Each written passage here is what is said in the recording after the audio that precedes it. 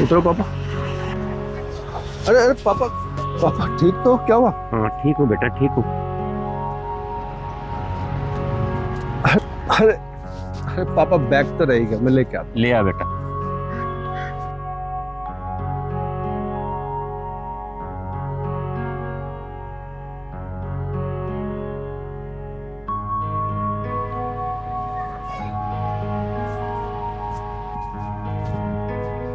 अरे पापा, आप यहाँ क्यों खड़े हो?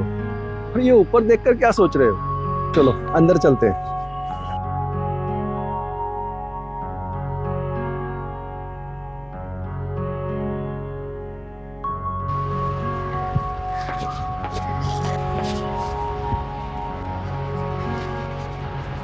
अरे आ गए। और भाई रमन कैसा है? ठीक हूँ बस, तू सुना। मैं भी ठीक ही हूँ। आप एक दूसरे को जानते हैं? हाँ बेटा, हम एक दूसरे को जानते ही नहीं बल्कि बहुत अच्छे दोस्त भी हैं। लेकिन मैं तो कभी इनसे पहले मिला नहीं। हाँ बेटा, तब तुम बहुत छोटे थे जब से हमारी दोस्ती। और हाँ, उस टाइम मैं भी यहाँ नहीं था। मैं एक अनाथ आश्रम में मैनेजर था। वैसे भी वो 22 साल पुरानी बात है, छोड़ो अब उस बात को, क्या करना है। चलिए अंदर चलते हैं। अरे पुनीत जी आया। ऐसा कर, सर को अंदर लेके जा, इनको इनका कमरा दिखा दे। वो 6 नंबर कमरा है ना, वो इनको दे दे, ठीक है? जाइए। जी आइए। आप रुकिए, पुनीत इनका सामान ले लो। आप जाइए। आप क्यों, तुम दोनों नहीं आ रहे? अरे हम भी आते हैं, बस 2 मिनट। चलो ठीक है।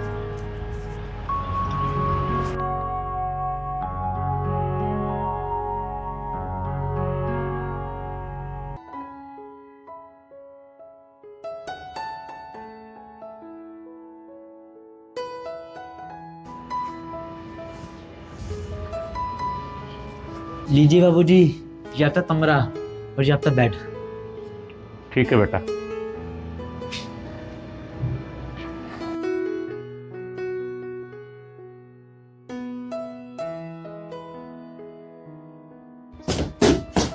अच्छा बाबूजी, आपको कोई भी जरूरत है तो मुझे बोलना, मैं आपके सामने वाले रूम में ही बैठा हूँ। अच्छा बेटा सुनो, जरा अपने मैनेजर को भेज देना मेरे पास। जी बाबूजी। क्या हुआ, तुम उन्हें यहाँ छोड़कर जा रहे हो, और वो भी हमेशा के लिए? क्या उन्हें इस बात का पता है? जी नहीं, ये तो उन्हें नहीं पता। लेकिन बात दरअसल ऐसी है कि मेरी बीवी बहुत परेशान रहती है और मैं भी अपने काम के सिलसिले से ज़्यादातर बाहर ही रहता हूँ, तो मैं नहीं चाहता कि मेरे पिताजी परेशान रहे हैं, इसलिए उन्हें यहाँ छोड़ने आया हूँ। लेकिन मैं हर हफ्ते आता रहूँगा मैं उनसे मिलने के लिए। तुम्हारी पत्नी को दिक्कत ना हो इसलिए तुमने तुम्हारे पिताजी को यहाँ भेज दिया। खुदा ना खास्ता तुम्हारे पिताजी को यहाँ दिक्कत हो गई, फिर तुम क्या करोगे? और हाँ, ये मैं इसलिए कह रहा हूँ कि माँ बाप को सिर्फ एक ही दिक्कत होती है कि हालात चाहे कैसे भी हों, वो अपने बच्चों के साथ ही रहें। ये बात सही है, लेकिन सर वो अब तो बुला रहे हैं। अच्छा, मैं जरा थोड़ी देर में आता हूँ। पुनीत इधर आ, एक काम करो, सर को ऑफिस में लेके जाओ, इनको फॉर्म दो भरने के लिए। ये जब तक फार्म भरेंगे, मैं सर थोड़ी देर में आता हूँ। हैं, आप जाओ।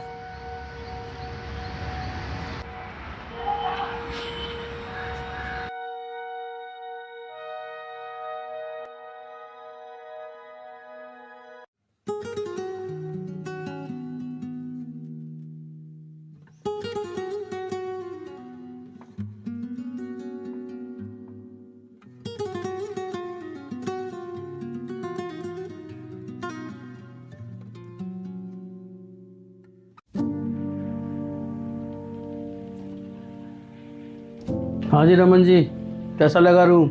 और वैसे भी आपको तो 15 दिन ही रहना है। बस बस, मुझे सब पता है। सब पता है? हाँ मुझे पता है, मुझे अब यहीं रहना है। तू बातें बनाना बंद कर अपनी। क्या तुम सच में जानते हो कि वो तुम्हें हमेशा के लिए यहाँ छोड़ने आया है? हाँ मुझे सब पता है, मैं कोई बच्चा थोड़ी ना हूँ। जब उसने मेरे साथ इस जगह का जिक्र किया था ना, और घर के हालात तो मुझे पहले ही पता थे, मैं तभी समझ गया था। लेकिन तुमने उसे बोला क्यों नहीं? कि वो तुम्हारा। मैं बस उसे एक मौका देना चाहता हूँ ताकि वो खुद से समझे। बोलने से किसी को एहसास कराना मुझे नहीं अच्छा लगा। ठीक है, जैसे तुम्हारी मर्जी। अब तुम एक काम करो, आराम से हाथ मुंह धो लो, बैठो। मैं जरा अभी आता हूँ थोड़ी फॉर्मेलिटीज़ पूरी करके। वैसे तुम्हें पता ही है, कागजों की थोड़ी फॉर्मेलिटी पूरी करनी पड़ती है। वैसे ये तुम्हारा ही घर है, तुम्हारा ही आश्रम है, आराम से रहो। चलो फिर तुम करो आराम, मैं अभी आता हूँ।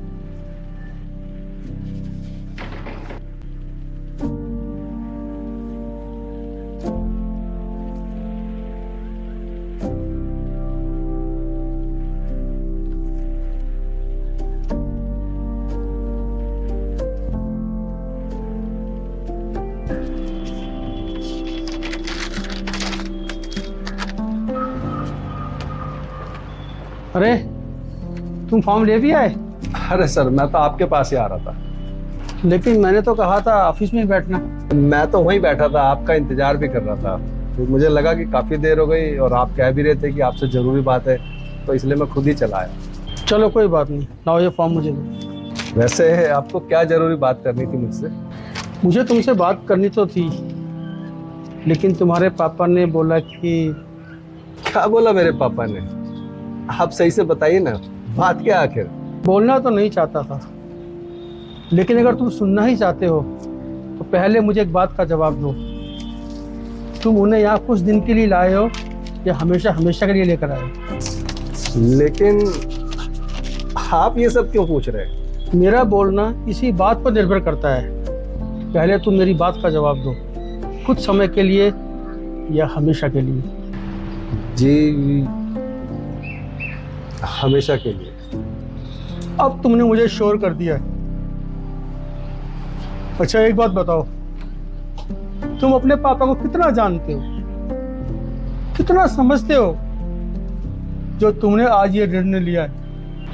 आप पहेलियां क्यों बुझा रहे हो? मुझे सीधा सीधा बताइए, बात क्या है? अगर सीधा सीधा सुनना चाहते हो तो सीधा सीधा सुन लो।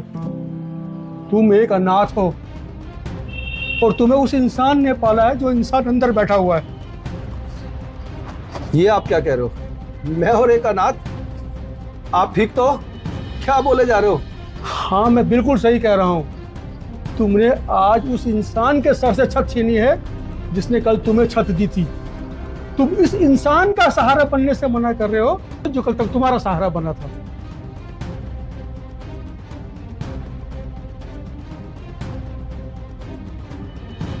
हाँ तुम एक अनाथ हो। रमन जी ने तुम्हें उसी अनाथ आश्रम से गोद दिया था जिस अनाथ आश्रम में मैं मैनेजर था। अगर विश्वास ना हो ना तो विश्वास अनाथ आश्रम में जाके रजिस्टर चेक कर सकते हो। मुझे तो आज भी विश्वास नहीं होता उसने तुम्हें गोद लिया, तुम जैसे इंसान को सहारा दिया, एक खुदगर्ज को सहारा दिया। आज तुमने ऐसा उदाहरण बना दिया है, आज के बाद कोई कभी किसी अनाथ को नहीं अपनाएगा, किसी अनाथ को अपने घर लेकर नहीं आएगा। बस कीजिए, मुझे अपने आप से घृणा हो रही है। अगर आप इसी तरह और बोलते रहे तो मेरा सर फट जाएगा, कुछ हो जाएगा। बस कीजिए। मेरे सामने शर्मिंदा होने से कुछ नहीं होगा। अगर तुम्हें सच में पछतावा है ना तो अभी भी देर नहीं हुई। जाकर माफी मांगो उस इंसान से जो तुम्हारी एक बार कहने में उठ के यहाँ चला आया। इंसान नहीं, देवता है वो। हाँ, मैं अभी उनके पास जाता हूँ। बस अब 1 मिनट और नहीं रहने दूंगा उनको यहाँ।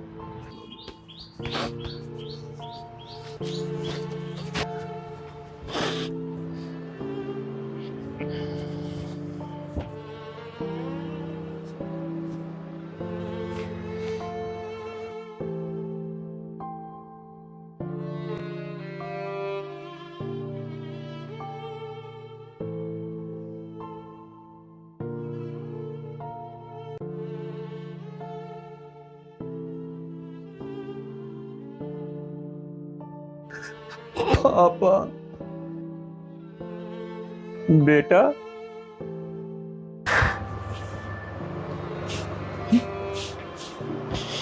पापा